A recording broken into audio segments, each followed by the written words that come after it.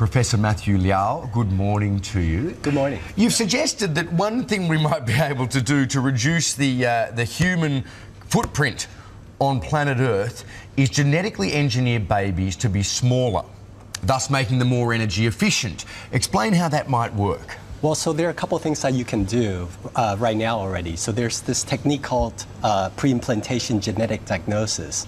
And what you do there is you can, it's a technique that's used for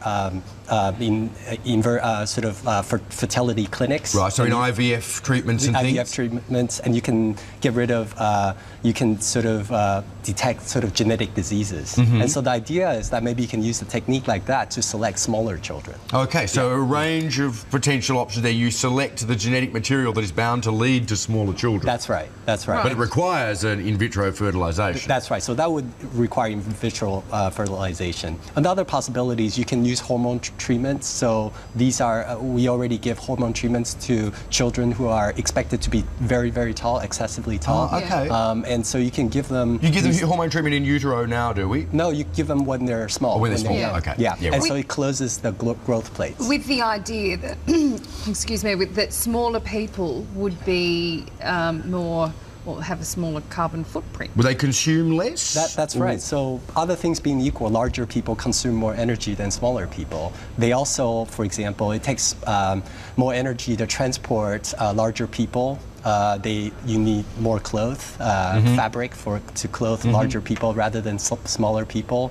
They wear out shoes, carpets, etc., more than smaller people. So think of the lifetime carbon footprints. That's quite a lot. So people will think this is extremely radical, but you think back to 100 years ago. From what we know of people then, humanity was significantly smaller even only 100 years ago, wasn't it? That's right. That's right. So we might have this status quo bias where we think that today we have this optimal height, and we shouldn't do anything to mess with our height. But height is much more. The trait of height is much more fluid.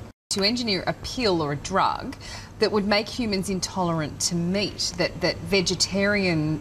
a vegetarian population would be more effective. That's right. Well, so it turns out that livestock farming accounts for 18% of greenhouse gas emissions. By some estimates, it's almost close to 51%.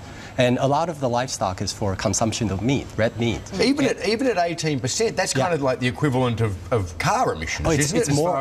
It's higher. It's higher than transport. It's higher than cars. And so that's quite a lot. And so the idea is that if you can even reduce consumption by, say, 20%, that could be, we can almost achieve zero food miles. And so the suggestion here is that, well, we're already naturally intolerant to various things. So I'm intolerant to milk, for example. And some people are intolerant to crayfish, and I don't drink milk, and it doesn't really bother me. And so the idea is that if we take common bovine proteins and we get ourselves to somehow be allergic, react to these proteins in certain ways, then we can create some sort of meat patch where we wear it, when we go out to dinner. Then this could help people who want to give up eating meat. Eating meat, yeah.